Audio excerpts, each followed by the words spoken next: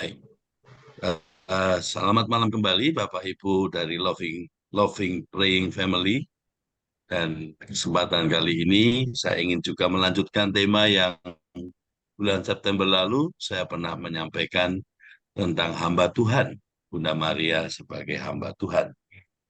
Dan semangat atau spiritualitas hamba Tuhan itu adalah bahwa berangkat dari pengalaman kasih, ya. Jadi cinta yang mendalam pada Yesus yang adalah Tuhan, dan sekaligus Yesus yang adalah jalan untuk mengalami kasih Allah. Dan itulah yang kita ingin coba lanjutkan dalam malam ini. Malam ini saya sudah membagikan eh, bahan atau renungan yang bisa dibawa dan renungkan masing-masing. Izinkan saya sharing screen supaya langsung bisa masuk ke dalam beberapa poin renungannya.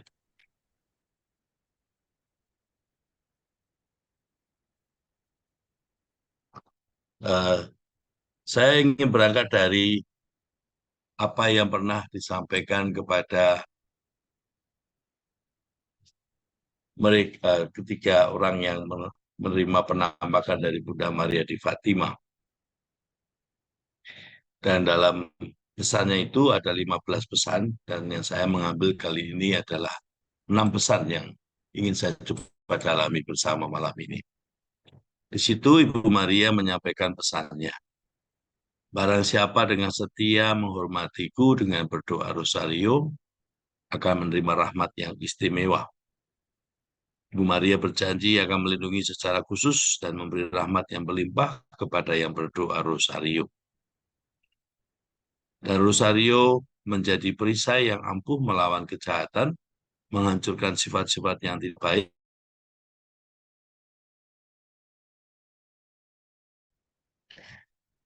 Jiwa yang bersandar padaku dalam doa rosario tidak akan binasa. Barang siapa berdoa rosario dengan penuh kesungguhan dan kekusukan, dengan merenungkan peristiwa-peristiwa yang suci, tidak akan ditimpa kemalahan. Barang siapa yang hidup dengan penuh kesetiaan terhadap rosario, tidak akan mati tanpa menerima sakramen-sakramen gereja kudus. Keenam, janji Ibu Maria ini saya pilih karena saya ingin mendalaminya dalam konteks hamba Tuhan. Sebagaimana kita mendalami dan juga pada hari ini adalah hari terakhir bulan Rosario, tanggal 31 Oktober, mengapa Ibu Maria dalam gereja sangat ditempatkan secara khusus sebagai Bunda Gereja dan juga kita menyebutnya Ratu Rosario. Tentu banyak hal yang sungguh membuat kita juga menjadi jelas bahwa Bunda Maria adalah ibu Tuhan Yesus yang sekaligus juga murid Tuhan Yesus yang sekaligus juga hambanya. Sebagaimana kita tahu dalam perenungan tentang Yesus sebagai hamba Yahweh dalam kitab Yesaya itu digambarkan hamba Yahweh adalah hamba yang selalu setia, hamba yang selalu mau memberikan hidupnya untuk semua. Dan bahkan hamba Yahweh itu adalah hamba yang sungguh mengangkat setiap manusia untuk mengalami pengalaman akan Allah yang membebaskan manusia dari kuasa jahat, dari kuasa maut. Dan inilah pengorbanan dan jalan sebagai seorang hamba.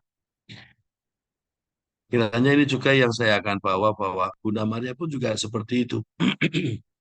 Sebagai hamba Tuhan, panggilannya adalah jelas, yaitu selalu hadir di setiap langkah dan setiap waktu, di setiap peristiwa Tuhan Yesus. Dan yang paling utama adalah di saat-saat Tuhan Yesus menyelesaikan apa yang diminta oleh Bapa untuk sampai titik terakhir tetap setia dengan kehendak Bapa.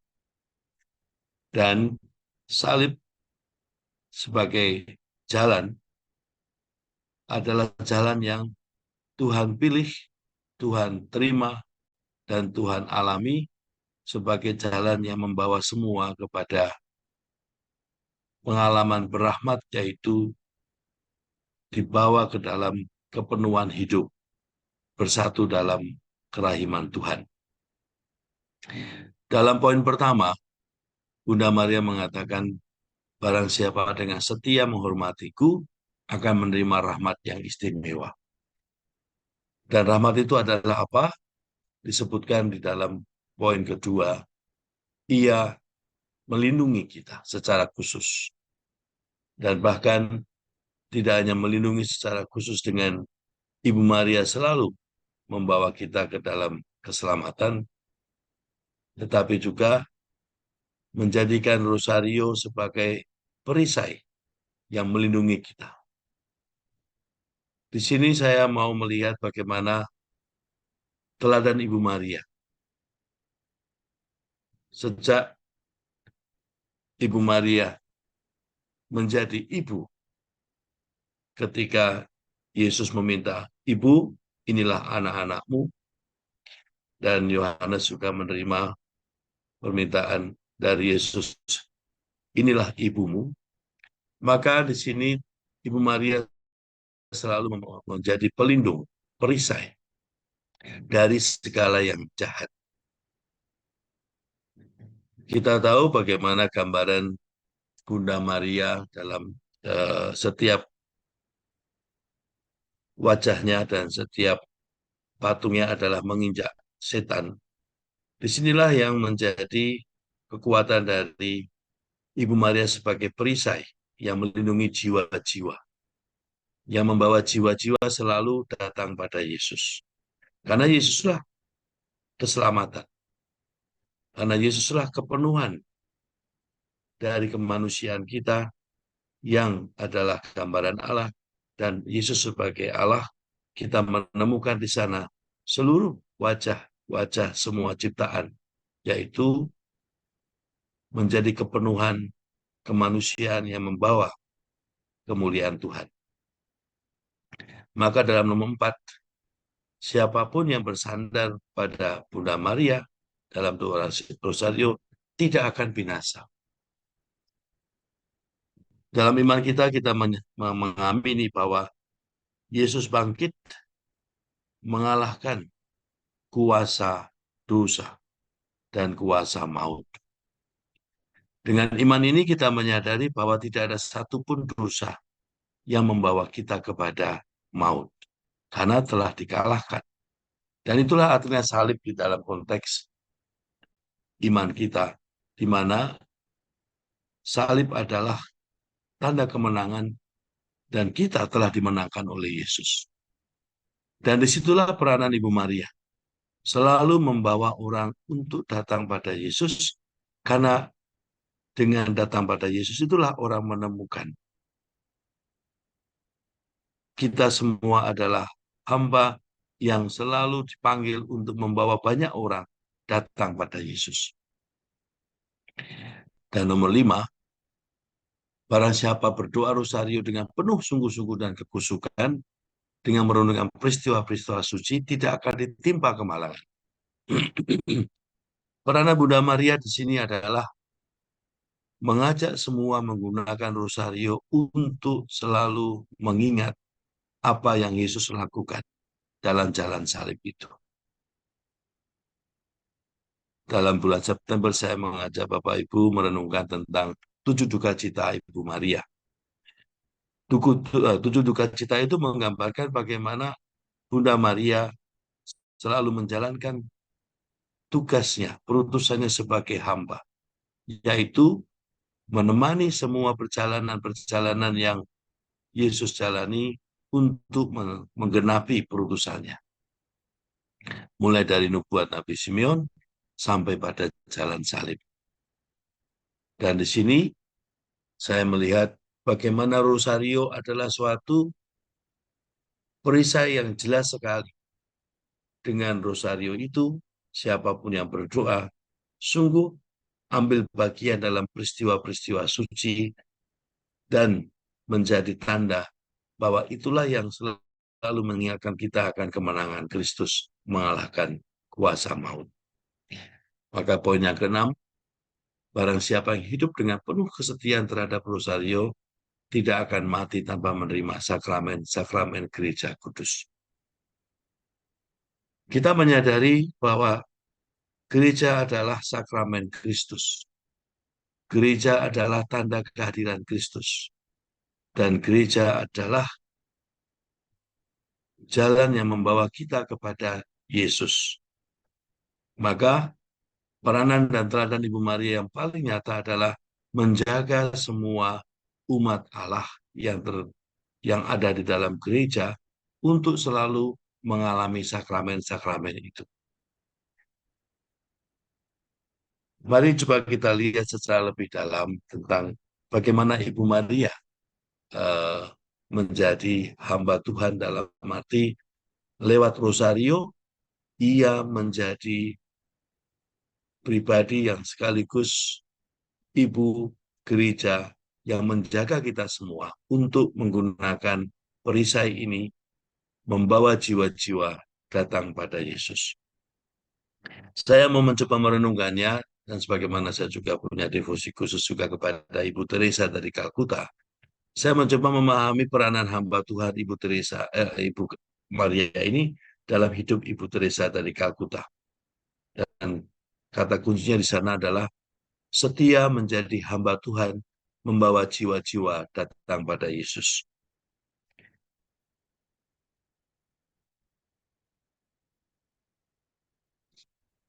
Dalam peristiwa Maria berduka cita, kutipan Yohanes 19 ini menjadi selalu pegangan kita.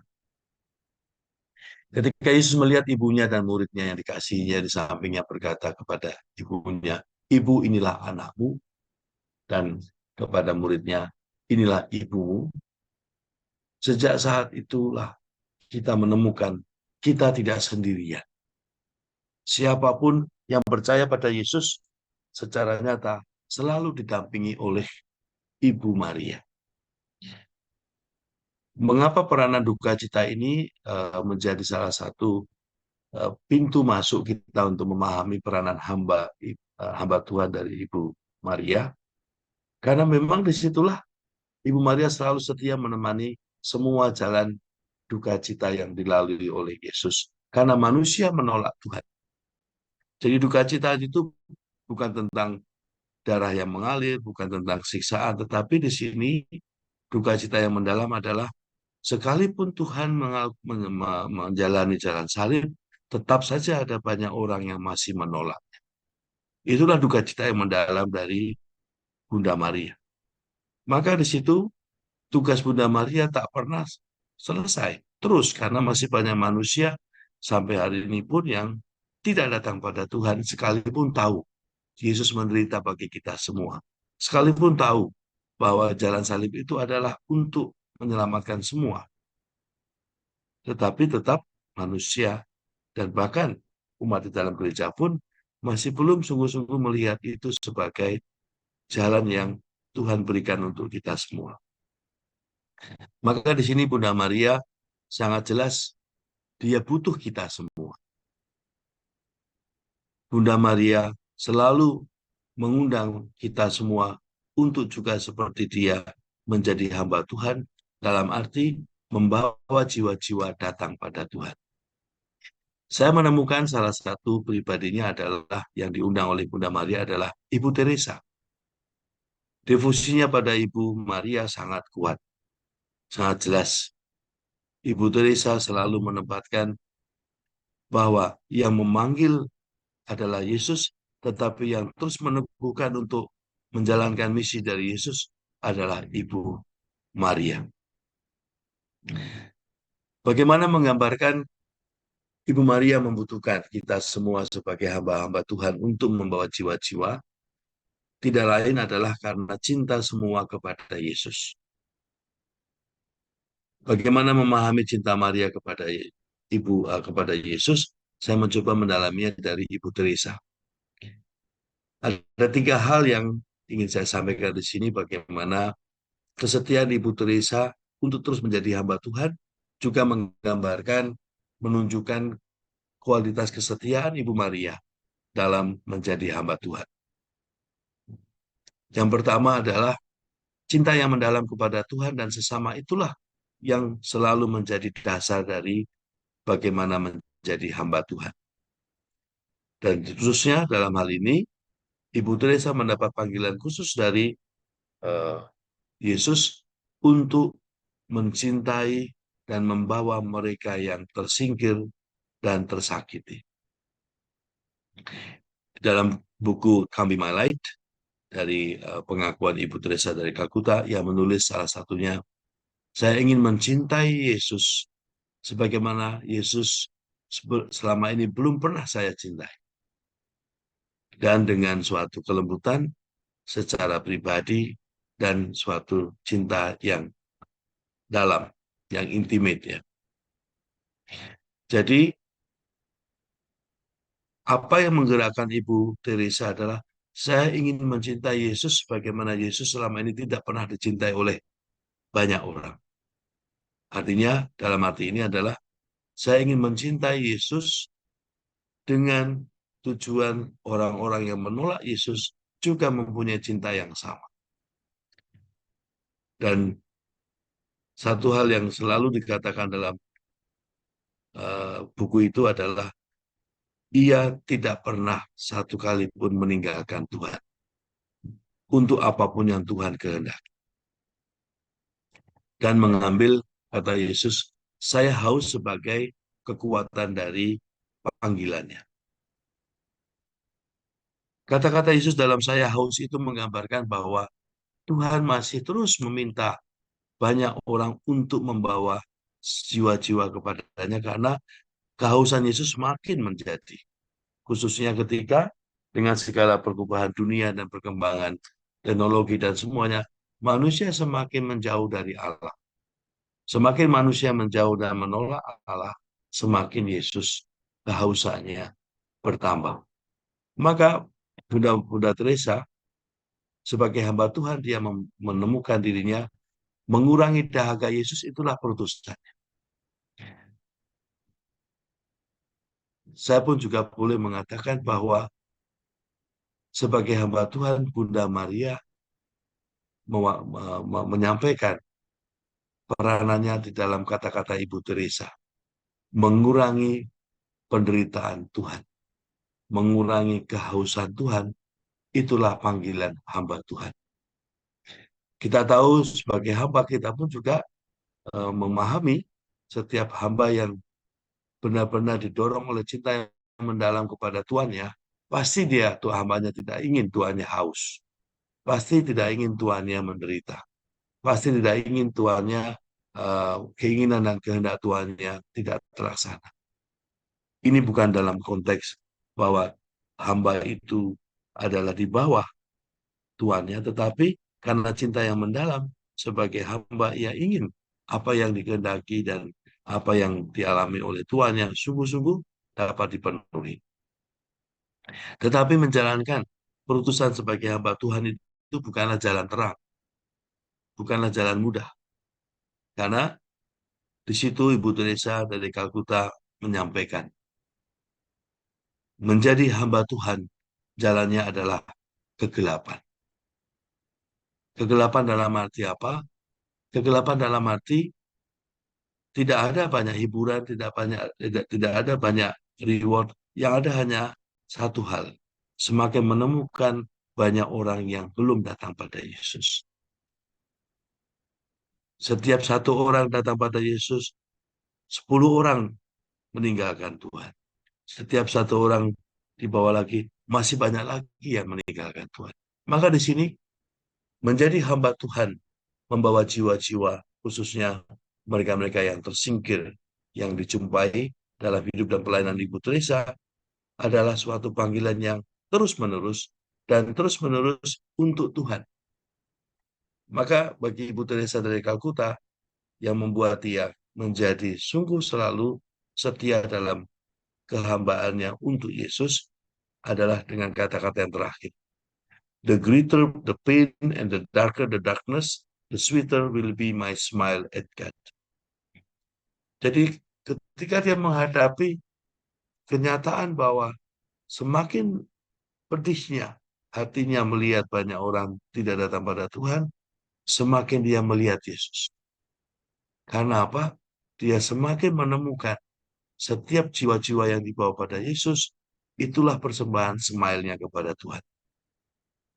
Karena dia menemukan sukacita mencintai Yesus justru berasal dari sukacita ikut ambil bagian dalam penderitaannya.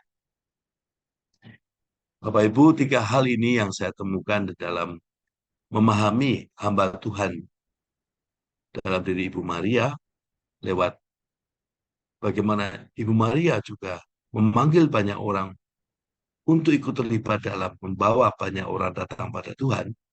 Ini yang juga ditemukan dalam visi dari vision penampakan dari Ibu Teresa. Ibu Teresa menemukan dalam hidupnya ada 3 peristiwa yang besar yang menggerakkan dia untuk masuk dalam kegelapan, membawa banyak jiwa-jiwa datang pada Tuhan. Yang pertama, pada tahun 74, banyak orang datang kepada Ibu Teresa. Mereka semua mengulurkan tangan kepada Ibu Teresa dan berseru, datanglah, datanglah kepada kami, selamatkanlah kami, bawa kami kepada Yesus. Sesungguhnya jiwa-jiwa itu ingin datang pada Yesus. Jiwa-jiwa itu punya kerinduan mengalami pembebasan dari segala macam kuasa jahat. Jiwa-jiwa itu dengan segala kerapuan dan kekurangannya dalam kesepian dan juga ketidakpastian di dalam bagaimana menghadapi hidup ini, mereka sungguh membutuhkan Tuhan. Tetapi untuk sampai ke sana, mereka selalu tidak mudah melalui jalan kegelapan yang harus dihadapi. Nah, inilah panggilan pertama dari Ibu Teresa. Mereka berteriak pada Ibu Teresa untuk membawa mereka kepada Yesus. Dan di sini Ibu Teresa kemudian juga mendapatkan penampakan yang kedua, yaitu ketika Ibu Maria meminta kepada Ibu Teresa, layanilah mereka. Mereka milik Yesus. Bawalah mereka kepada Yesus. Bawalah Yesus kepada mereka. Jangan takut. Ajarilah mereka berdoa rosario sekeluarga. Bapak Ibu, disinilah pemahaman saya pribadi tentang bagaimana rosario menjadi perisai. Dan rosario juga menjadi hal yang paling jelas kepada kita semua ketika Ibu Maria juga meminta kita membawa banyak orang kepada Yesus. Seperti Bunda Teresa dari Kalkuta. Jangan takut. Ajarilah mereka berdoa rosario sekeluarga. Penyertaan Ibu Maria sebagai Bunda Yesus sekaligus juga hamba Tuhan sungguh nyata dalam apa yang Bunda Maria berikan, yaitu kekuatan cintanya yang mendalam kepada semua jiwa-jiwa, sebagaimana ia menyampaikan cinta yang mendalam juga kepada Tuhan Yesus lewat rosario. Dan dalam penampakan yang ketiga, Bunda Maria membawa Ibu Teresa melihat salib, melihat Yesus yang tersalib. Sebagaimana dalam gambar ditunjukkan Bunda Maria mendampingi Bunda Teresa dan mendengarkan Yesus secara langsung. Kedekatan dan devosi dan juga kedalaman batin Ibu Teresa dari Kalkuta kepada Bunda Maria menunjukkan bahwa Ibu Maria selalu melindungi Bunda Teresa untuk tetap kuat mempersembahkan hidupnya sebagai hamba Tuhan bagi Yesus. Maka di sana Yesus mengatakan, aku telah memintamu, mereka telah memintamu, dan iya, bundaku juga telah meminta. Akankah engkau menolak melakukannya untukku, untuk melayani mereka, untuk membawa mereka kepadaku? Ketiga, penampakan dalam hidup Ibu Teresa ini kiranya juga bisa menjadi kejelasan bagaimana kerinduan Ibu Maria tidak dapat hanya dilakukan lewat satu dua orang. Kita semua diundang seperti Ibu Teresa dari Kalkuta. Ibu Maria menuntun kita, Ibu Maria juga membawa kita dan membantu kita lewat perisai Rosario dan terus membawa kita melihat Yesus yang tersalib untuk tidak berhenti membawa jiwa-jiwa sebagai hamba Tuhan kepada Yesus. Dari tiga misi ini, saya menemukan kata-kata yang selalu Ibu Teresa juga lukiskan ya. Doa Rosario sebagai doa adalah doa yang membuat kita hadir di hadapan Tuhan. Di sini Ibu Teresa menemukan dalam hidupnya, doa bukanlah untuk meminta. Doa adalah menaruh diri di dalam tangan Tuhan pada kehendaknya, mendengarkan suaranya dalam lubuk hati kita. Tentu Ibu Teresa melakukan selalu sebanyak macam doa. Doa devosi, adorasi, rosario, dan semuanya itu dalam sikap batin yang sama. Ia berdoa rosario bukan untuk meminta. Ia berdoa rosario untuk setia menjadi hamba Tuhan. Apa itu bentuk kesetiaannya? Ia mendengarkan suaranya. Ia menaruh dirinya di dalam tangan Tuhan. Dan ini juga yang dia sampaikan di dalam apa yang ia temukan di dalam doa. Doa membuat kita percaya, dan semakin kita percaya, semakin kita mencintai, dan semakin kita mencintai, maka kita semakin melayani. Saya ingin mendalami kata-kata Ibu Maria memberikan perisai untuk melawan kuasa jahat. Salah satu bentuk konkret di dalam bagaimana kita memahami bahwa Ibu Maria menemani, mendampingi, dan juga memberi kita perisai Rosario, karena dengan berdoa itulah kita semakin beriman. Rosario adalah suatu doa yang terus diulang-ulang. Dan dengan mengulang-ulang doa itu, kita semakin menemukan kekuatan iman yang dalam pada Yesus. Dengan kekuatan inilah kita juga dimampukan semakin mencintai semua orang. Dengan kata semua orang berarti tidak ada batasan tentang siapa dan bagaimana. Semua orang itu termasuk orang-orang yang tidak menerima kita atau orang-orang yang membuat kita lelah.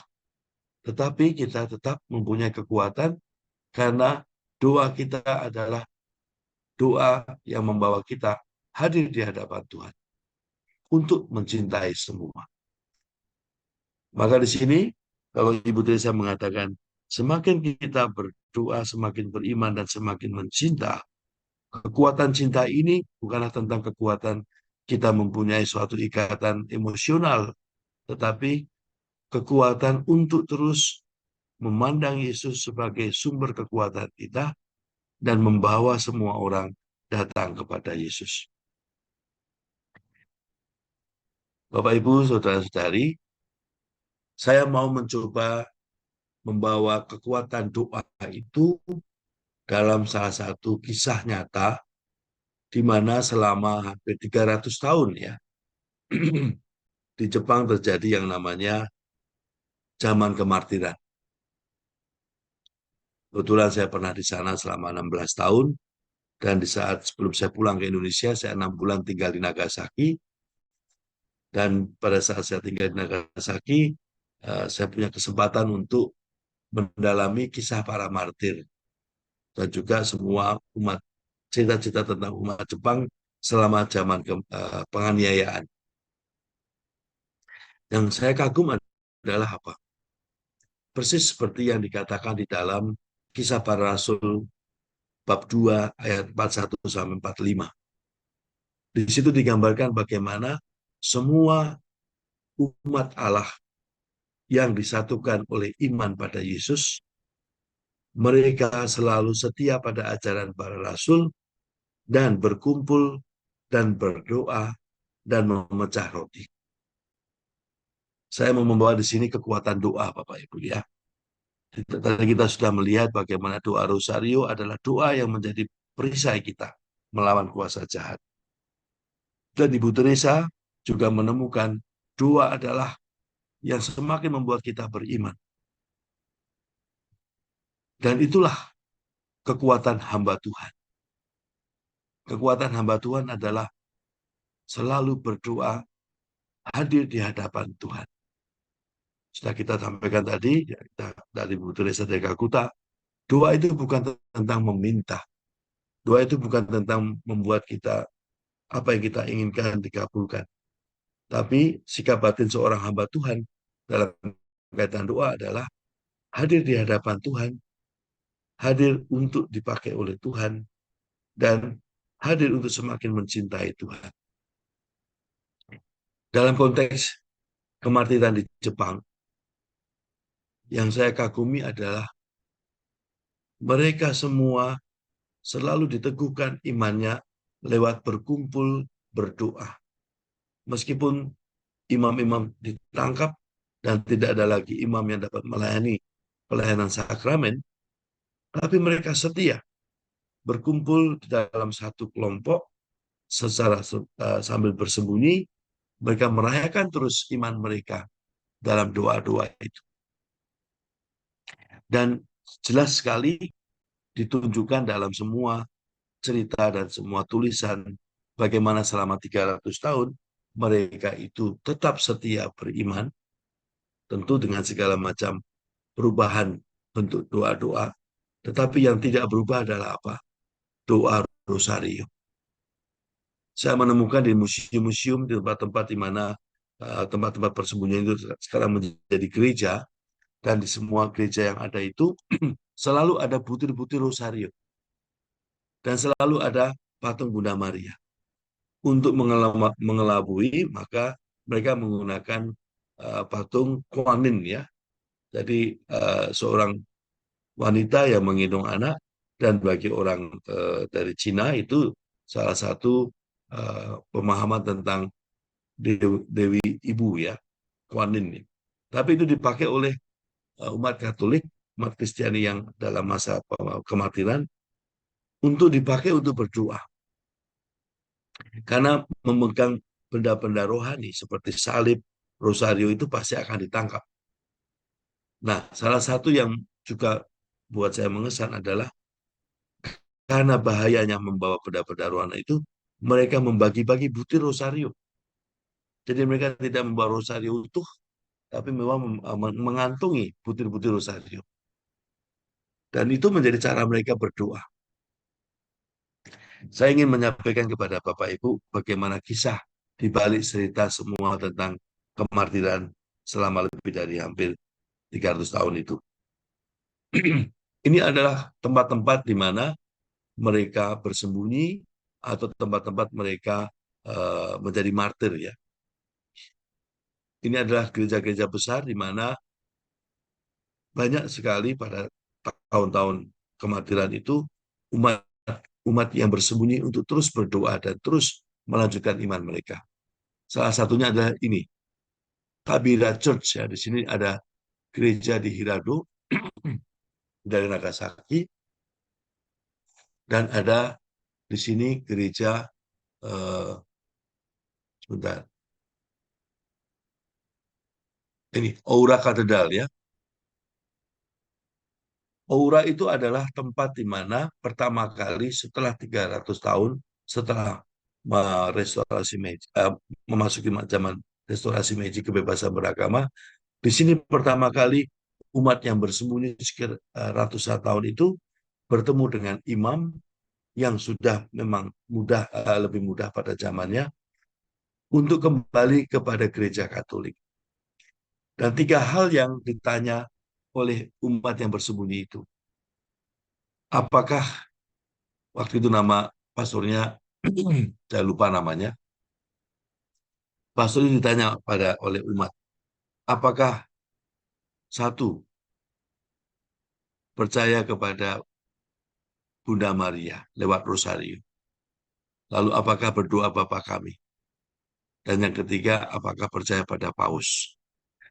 Tiga iman ini yang mereka sampaikan adalah suatu bentuk yang selalu terus-menerus didoakan. Rosario, doa Bapa kami, dan yang terakhir adalah hubungan dengan Paus. Dan ini menarik Bapak Ibu ya. Bagaimana selama ratusan tahun ini diteruskan turun-temurun iman kepada Bunda Maria, doa Bapa kami, dan kepada Paus. Nah, bagi saya juga cukup unik ya. Kenapa di sana tidak ada Yesus? Ternyata peranan Bunda Maria sangat besar di dalam melanjutkan kekuatan mereka untuk terus percaya kepada Yesus. Tentu dengan memandang salib Tuhan, dengan melihat salib Tuhan, pasti di situ iman pada Yesus jelas. Tetapi bagi mereka yang membuat mereka kuat dan terus mempunyai iman pada Yesus adalah bagaimana doa Rosario selalu menjadi kekuatan mereka setiap saat. Nah, ini sejarahnya Bapak Ibu ya. Jadi kematian Jepang itu dimulai pada 5 Februari 1597 ketika jumlah umat Katolik semakin bertambah di Nagasaki. Karena semakin bertambah memunculkan rasa tidak aman atau umat setempat atau umat Buddha atau Shinto merasa terancam. Ini dimulai dengan kematian 26 martir di Nagasaki di daerah Nishisaka. Itu di sekarang ada di sana sekarang ada namanya museum 26 martir yang dikelola oleh Yesuit. Itu terjadi pada zaman Toyotomi Hideyoshi. Lalu kemudian umat Katolik malah semakin bertambah. Akhirnya pada zaman Tokugawa Ieyasu semua dilarang. Dan pelarangan itu resmi sejak tahun 1614. Dua hal yang dilakukan dalam masa penganiayaan atau pengejaran umat Kristiani adalah kalau mereka menginjak gambar suci, entah gambar Yesus atau salib atau gambar Bunda Maria, mereka dibebaskan. Dan yang kedua adalah bagi mereka yang tidak mau mengingkari iman, dalam arti menginjak gambar suci dan lain itu, mereka disiksa dengan dibalik. Nah, itu ada dalam film Silence. Bisa nanti kalau suatu saat tertarik, saya berikan cuplikan-cuplikannya. Yang mau saya sampaikan di sini. Tahun 1865, oh ini nomornya sudah jelas. Romo Bernard Pertijan ya, dari gereja Oura Tensudo itu yang pertama kali menyambut mereka-mereka yang bersembunyi dalam suasana kebebasan. Lalu tahun 1867 gereja Ura kami adalah gereja katedral di Nagasaki yang sekarang ini, tapi itu pernah juga terkena bom atom. Di situ ditemukan banyak sekali umat yang bersembunyi. Ura kami adalah daerah yang cukup besar umat Katoliknya yang kembali dari zaman bersembunyi kembali kepada gereja Katolik. Nah, kalau kita lihat di sini, Bapak Ibu, bagaimana peranan Bunda Maria dan sekaligus Doa Rosario, jelas sekali ini sudah membawa ratusan tahun zaman kemartiran, iman yang terus diteruskan oleh generasi ke generasi. Kalau saya hitung ada 8 generasi ya. Nah, ini adalah buahnya. Meskipun sekarang jumlah umat Katolik juga tidak sebanyak gereja yang ada dalam konteks itu ya. Tapi di daerah para martir, daerah mereka bersembunyi, ada 139 gereja. Meskipun itu hanya di daerah Nagasaki dan di daerah Kepulauan Goto, yang tidak besar luasannya. Di setiap tempat-tempat mereka bersembunyi, di situ ada gereja-gereja yang mengenang bagaimana nenek moyang mereka, leluhur mereka, dengan setia berdoa. Dan itu juga salah satu tanda bahwa mereka pun juga merayakan iman dalam kebersamaan meskipun sembari bersembunyi dengan doa-doa yang sudah mereka terima turun-temurun. Salah satunya doa Rosario. Ini yang ada di Nagasaki, dan ini yang ada di Pulau Goto, Gotoreto namanya ya. Nah ini kalau kita lihat semua Bapak Ibu ya, betapa iman yang membuat gereja ini adalah iman yang hidup ya. Mereka sungguh membangunnya. Dan ada keturunan yang membangun dengan bertahun-tahun dengan kayu, dengan batu bata. Dan saya mengunjungi beberapa tempat ini, ya saya kagum karena apa? Selama ratusan tahun iman itu tetap terpelihara. Dan selama ratusan tahun iman itu tetap hidup. Maka kembali pada tadi yang pertama kali eh, saya sampaikan dalam janji Ibu Maria,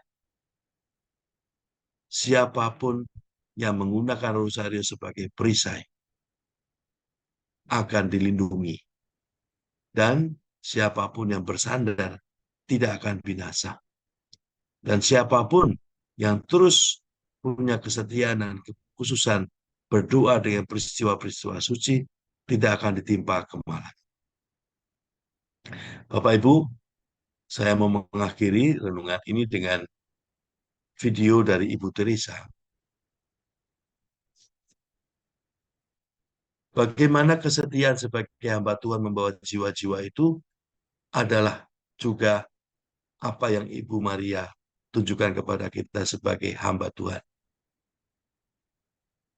Dan Ibu Maria memberikan kepada kita rosario sebagai perisai. Tapi kita tahu bahwa kita tetap menghadapi situasi dunia yang dalam banyak hal belum datang pada Yesus. Kata lain, menolak Tuhan itu adalah orang belum datang pada Tuhan. Belum datang itu ada banyak hal penyebabnya. Tentu segala macam hal dapat menjadi penyebabnya. Tetapi saya ingin menyampaikan video ini, ada suatu hal yang sangat membuat manusia tidak datang pada Tuhan. Dan itu juga perjuangan Bunda Maria, perjuangan Bunda Teresa, dan semua orang-orang kudus, yaitu kemiskinan hati. Ketika hati kita miskin dan hati kita tidak diperkaya oleh doa-doa, akhirnya manusia hanya berhenti kepada yang namanya kesepian batin yang membuat mereka tidak lagi melihat hal lain kecuali hanya hari-hari yang kosong dan tidak ada sesuatu pun yang membawa sukacita. Mari kita lihat videonya sebentar.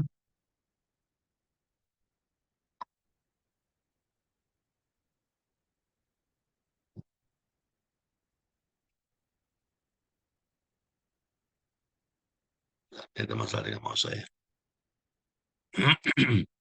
Saya mau mengakhiri dengan video ini. Mari kita lihat sebentar. They don't need to know me and to know my background.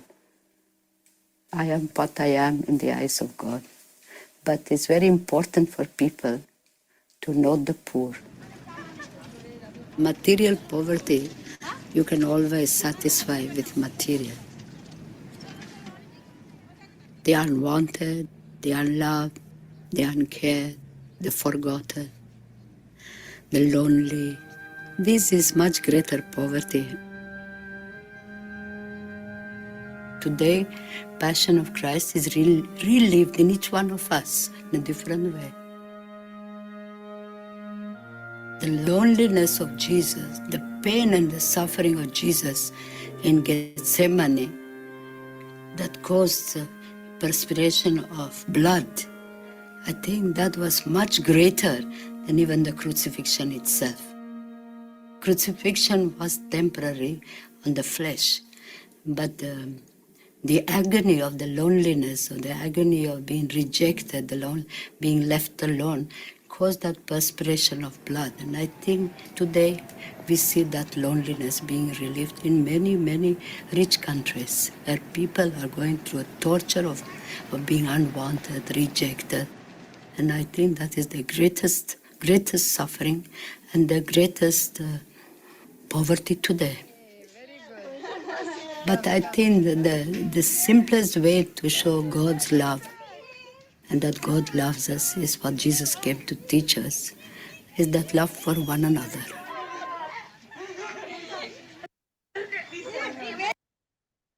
Baik Bapak Ibu, mohon maaf saya sudah melewati waktu yang diberikan. Saya mau mengakhiri dengan satu kata. Teladan Ibu Maria itu juga yang diikuti, dihidupi Ibu Teresa dari Kalkuta, dan kita juga diundang untuk seperti itu. Banyak orang yang tidak datang pada Tuhan karena mengalami kemiskinan batin. Dan kita sebagai hamba Tuhan yang diundang Tuhan mempunyai panggilan untuk membawa orang mengalami Yesus karena Yesuslah sumber sukacita. Dan salah satu hal yang paling jelas adalah dengan mencintai. Tapi cinta itu tidak mungkin kalau kita tidak pernah berdoa. Cinta itu tidak mungkin kalau kita tidak pernah selalu memperjuangkan semua dalam doa-doa kita. Mari sebagai hamba Tuhan, kita mendoakan semua. Dan besok kita juga akan berdoa dengan merayakan para kudus. Dan lusa kita juga akan mendoakan jiwa-jiwa. Itulah tugas kita, mendoakan semua. Karena itulah yang membawa kita semakin beriman sebagai hamba Tuhan. Terima kasih. Terima kasih Romo Rudianto, permenungan pada malam hari ini.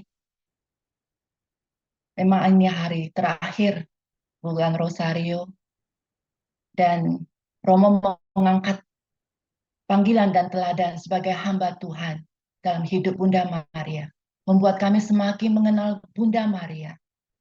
Boleh saya membuat ringkasan ya Romo dari pemenungan yang Romo bawa pada malam hari ini, yang merupakan pesan Tuhan untuk kita semua. Bunda Maria sebagai ibu Tuhan, juga sebagai murid Tuhan, dan juga sebagai hamba Tuhan, yang selalu hadir dengan setia di setiap peristiwa Tuhan Yesus sampai akhir hidup Tuhan Yesus. Barang siapa dengan setia menghormatiku dengan berdoa rosario, Bunda Maria berjanji akan melindungi secara khusus dan menjadi perisai ampuh bagi kita, melindungi jiwa-jiwa dan membawa jiwa-jiwa kepada Tuhan, agar kita tidak binasa dan tidak ditimpa kemalangan. Itulah janji Bunda Maria bagi kita yang berdoa rosario. Kesetiaan Bunda Maria Romo bawa dengan kesetiaan dari Mother Teresa. Ada 3 yang Romo angkat. Kesetiaan menjadi hamba Tuhan yang membawa jiwa-jiwa kepada Tuhan. Adalah cinta yang mendalam kepada Tuhan dan sesama yang tersingkirkan, yang disakiti, dan mengurangi kehausan Tuhan dan mengurangi penderitaan Tuhan. Yang kedua, menjadi hamba Tuhan adalah kegelapan. Artinya, yang semakin banyak kita akan menemukan orang-orang yang tidak datang kepada Tuhan. Setiap orang yang dibawa oleh Mother Teresa, itulah yang dipersembahkan kepada Tuhan. Yang ketiga, sukacita mencintai Yesus adalah sukacita yang turut ambil bagian dari penderitaan Yesus. Marilah kita untuk belajar setia dan taat, seperti Bunda Maria dan Mother Teresa, yang turut ambil bagian dari penderitaan Yesus, membawa jiwa-jiwa kepada Tuhan Yesus untuk mengurangi dahaga Tuhan Yesus. Kita telah mengetahui perenungan pada malam hari ini, berdoa. Arti dari berdoa bukan meminta, tetapi menaruh diri kita ke dalam tangan Tuhan, kepada kehendaknya, dan mendengar suaranya di dalam lubuk hati kita.